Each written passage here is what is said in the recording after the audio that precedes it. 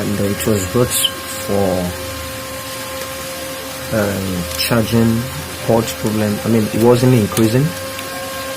You see, when you plug charger to it, it will only be charging. It just will show that charge up sign, but it's not adding up. So this is what you should understand now, that this is the positive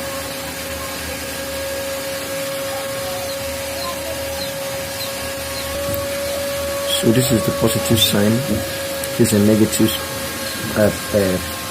leg, and these three at the middle is the data connection. So this is the major thing, and these are the IC here, this two ICs here, and this is the power IC here, this is the resistor.